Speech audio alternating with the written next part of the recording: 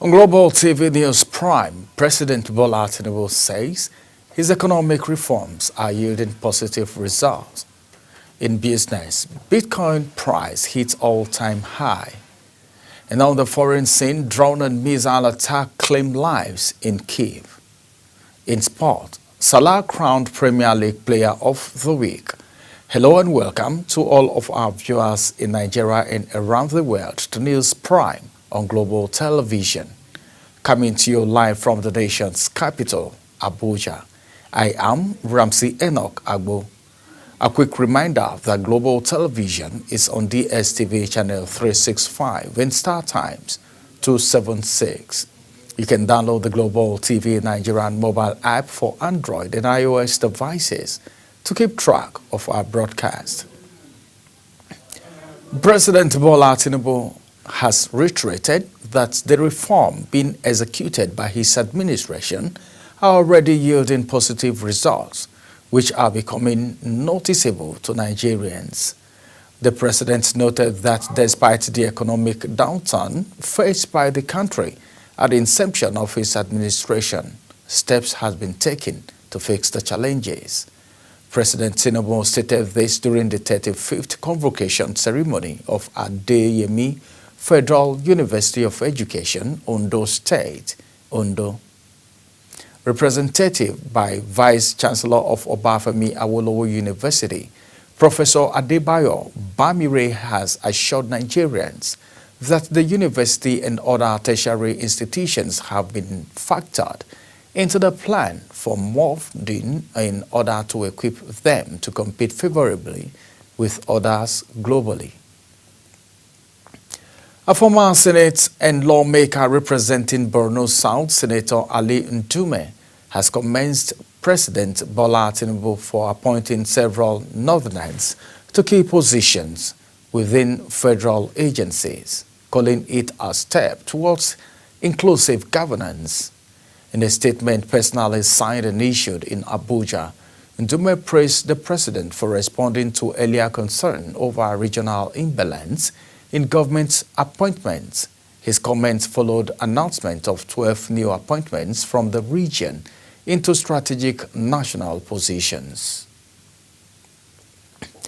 The People's Democratic Party Special Reconciliation Committee, chaired by former President of the Senate, Dr. Bukola Saraki, met with Governor Peter Mbah of Enugu State, who is also the leader of the party in the Southeast Zone.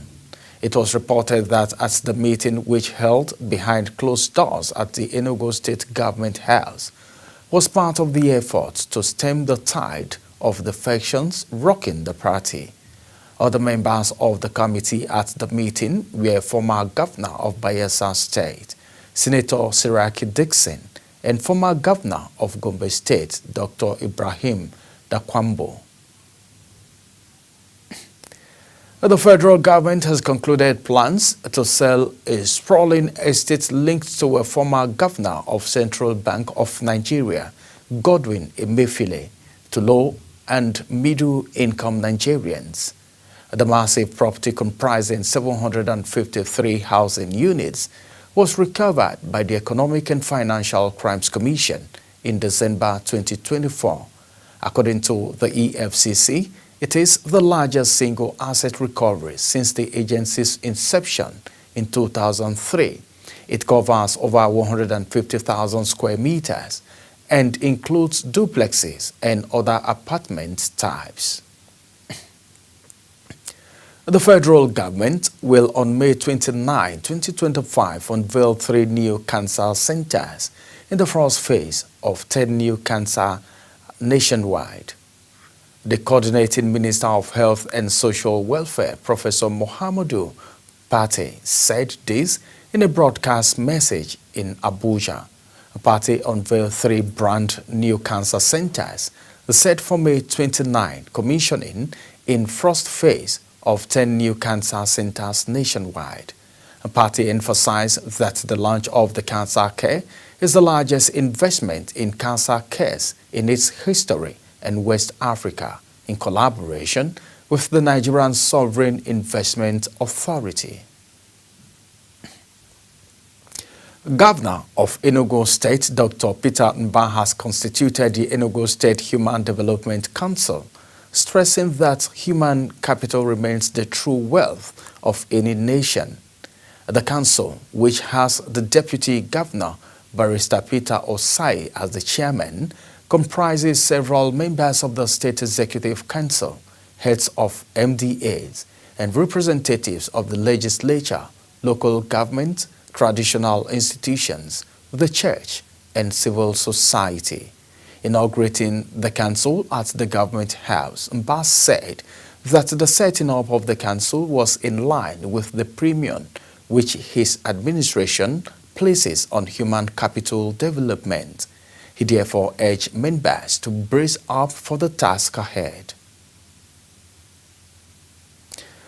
Although Imo State Governor Hope Uzodinma has called on the Nigerian Police Force and the Department of State Service to immensely in the investigation of suspected hackers of the Joint Administration and Matriculation Board's website, JAMB, experienced glitches in its website in the last Unified Tertiary Matriculation Board examinations, which affected results of more than 370,000 students, mostly from the southeast. The police and the DSS announced the arrest of 20 suspects over the hacking of the 2025 computer-based test of the UTME examination.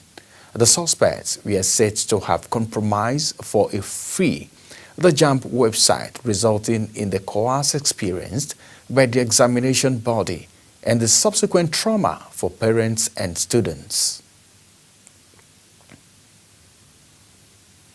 The Nigerian Education Loan Fund says over 550,000 loan applications were received in 1 year. The fund made this known in a statement to mark 1 year since its launch on May 24, 2024. The implementation of the student loan scheme is President Bola Tinubu's flagship project in the education sector. Barely a month after his inauguration as president, Tinubu signed the Access to Higher Education Act, which creates a legal framework for granting loans to indigent and indigent or low-income Nigerians to facilitate the payment of their fees in Nigerian tertiary institutions. The Academic Staff Union of Universities has hinted on embarking on an industrial action to press home its demand to go on strike over the unresolved 2009 agreement. The new president of ASU, Professor Chris Piwuna, stated this at a press conference in Abuja. This is even as the union, in its assessment of the President Bola Tinubu 2-year administration, lamented the institutional weaknesses, bureaucratic inefficiencies, and economic corruption that has undermined governance at all levels. Before any meaningful conversation begins in Igbo land, one sacred item must be presented. That's the kola nut, known as Oji Igbo. It symbolizes peace, respect, and hospitality and carries deep cultural and spiritual meaning. Our correspondent, Amarachi Ibe, visited Avu Autonomous Community in Owerri West, where elders perform the traditional kola nut ritual and share insight into its significance. Here is her report. In Igbo land, kola is very, very important to our what? Visitors.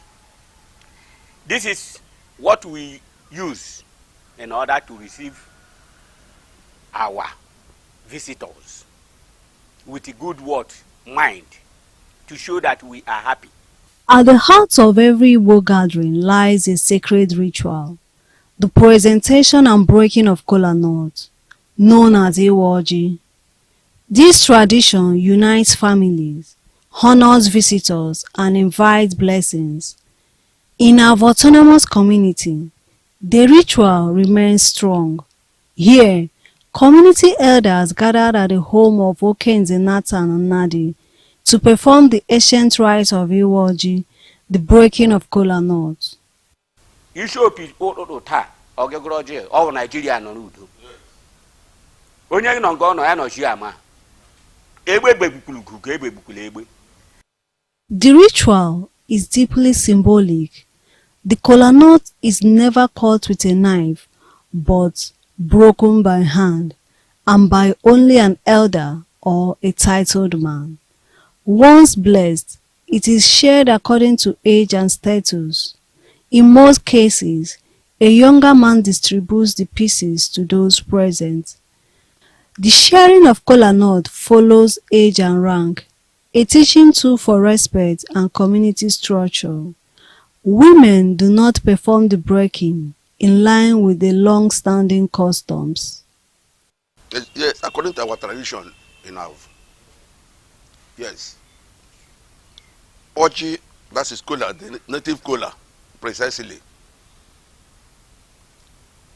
have significant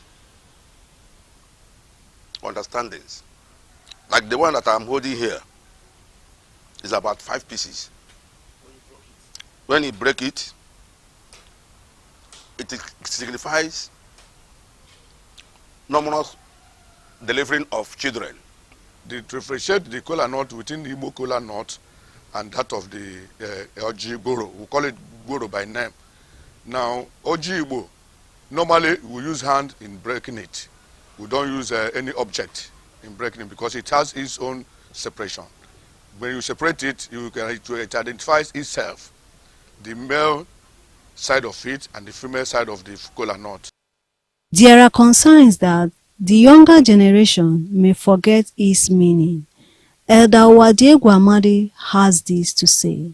From the elders, because we now as elders, we were youths before and we are now elders. We learned from our elders. That is why we have something to tell them.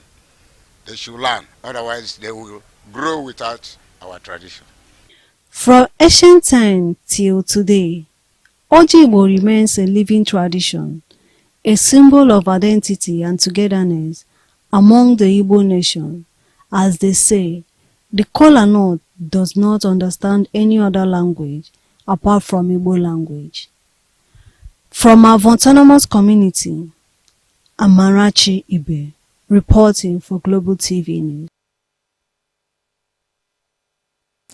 In a show of compassion and inclusiveness, Mariam Eyintayo marked her 54th birthday celebration with the disabled people at the Disability Community at Karamajiji, Abuja.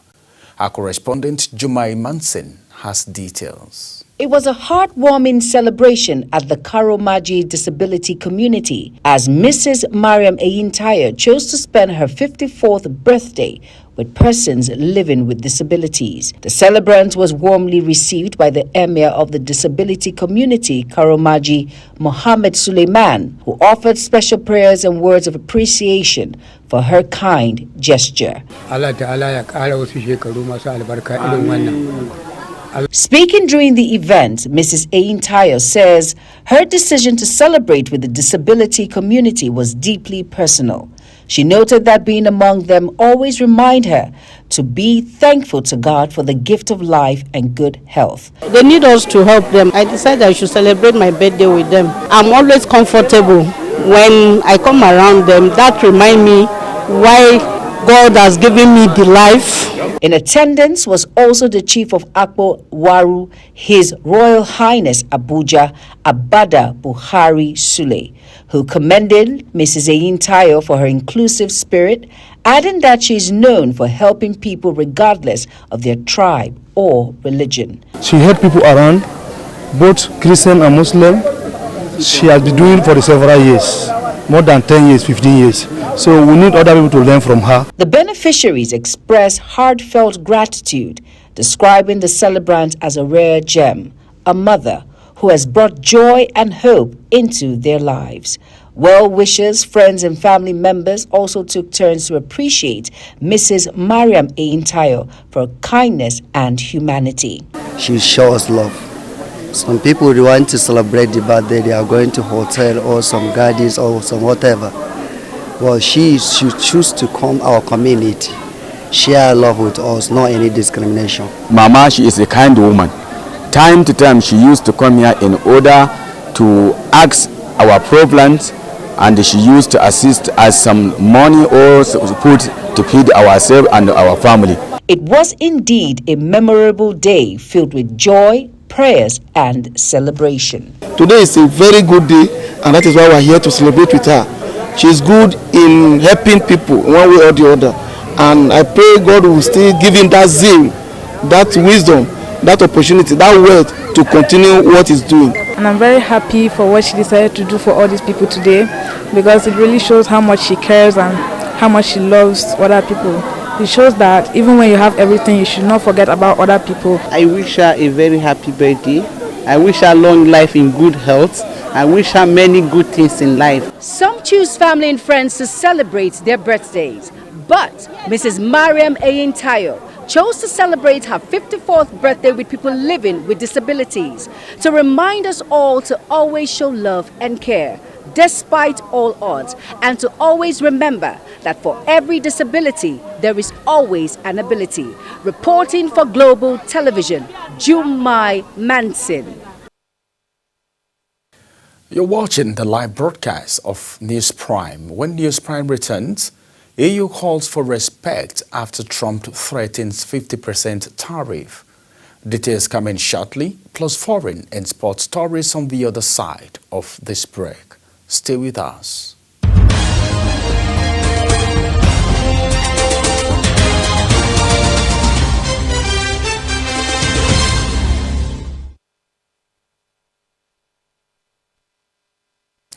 Welcome back. Now from the world of business, where the Nigerian National Petroleum Company Limited has officially announced the shutdown of the Port Harcourt Refining Company. In a statement, the NNPCL confirmed that the facility will be shut down for a month for maintenance activities. According to the NNPCL Chief Corporate Communication Officer, Olufemi Soneye, the shutdown will commence on Saturday, May 24th, which is today. Soneye added that the company is working with relevant stakeholders to ensure efficiency and transparency during the exercise. Bitcoin soared to a record high, surpassing its previous peak from January as the global investor sentiment continues to rebound following last month's tariff-related market jitters. The world's largest cryptocurrency climbed to an intraday high of $109,760.08 and was trading at $108,117 at the time of reporting, marking a 1.1% gain. Bitcoin performance continues to show parallel with tech stock, benefiting from improving investors' confidence. In a major boost to commercialize agriculture in Nigeria, the Dangote Group and the Niger State government are fostering a partnership worth billions of naira. The conglomerate said significant investment has been deployed into the company's rice production infrastructure in the state, even as it is partnering the government on the Niger Food Initiative. A senior special advisor to the president and chief executive of Dangote Group, Fatima Wali Abdulrahman, said the company's state-of-the-art rice mill in Wunshishi is progressing steadily and on track for competition. The Nigerian Shippers Council, that is NLC, has expressed optimism that the National Assembly will forward the Nigerian Port Economic Regulatory Agency bill to the presidency for assent in the next few weeks. Speaking at the 2025 annual retreat of the Public Relations Unit of the Council in Lagos, the Executive Secretary, NSC, Pius Akuta, stated that the Nigerian Port Economic Regulatory Agency bill has been passed by both chambers of the National Assembly, and the process of working on the bill to put it in proper perspective can be sent to the presidency for assent was just concluded recently. He added that the National Assembly will forward that to the president for assent in a few weeks to come. The European Union's trade chief said 27 members bloc is committed to securing a trade deal with the U.S. based on respect, not threat. It comes after U.S. President Donald Trump threatened to slap a 50% tariff on all goods sent to the United States from the European Union.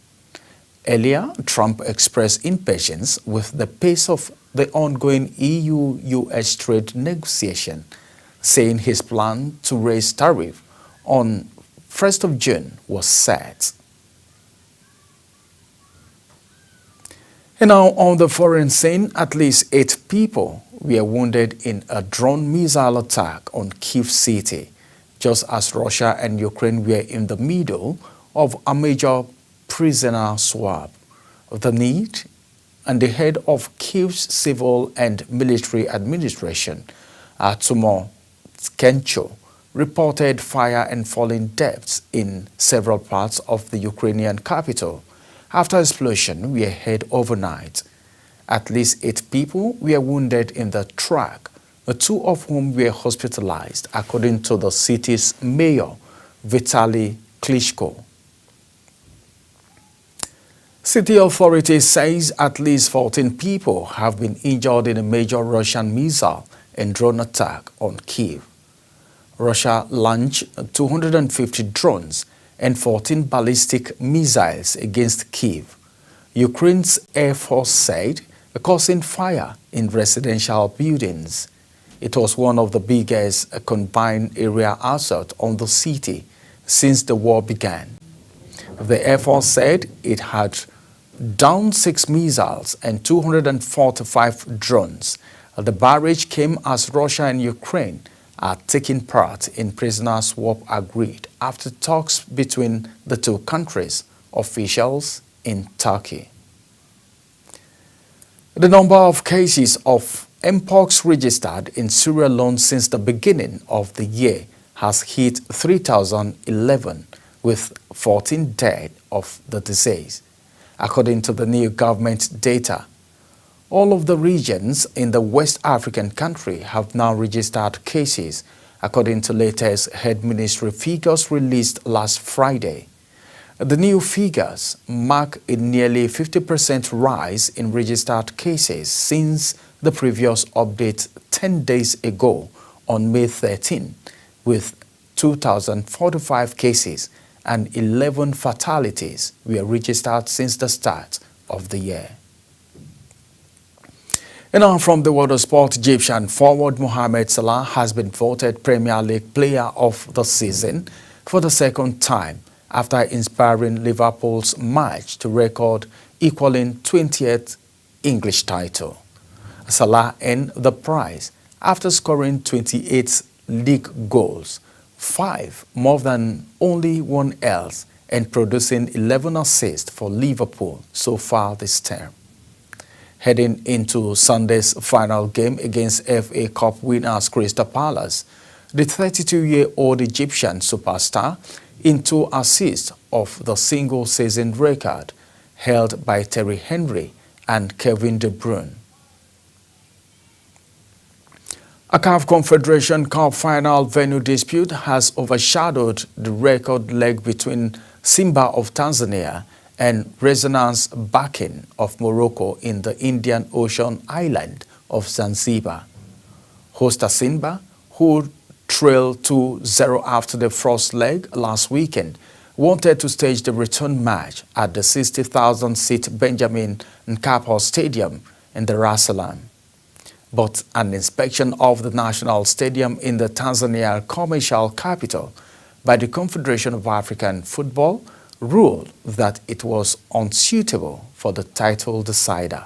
Instead, CAF ordered the second leg to be played at the Amman Stadium a 15,000-seater in Zanzibar, which is a 3-hour ferry journey from Dar es Salaam.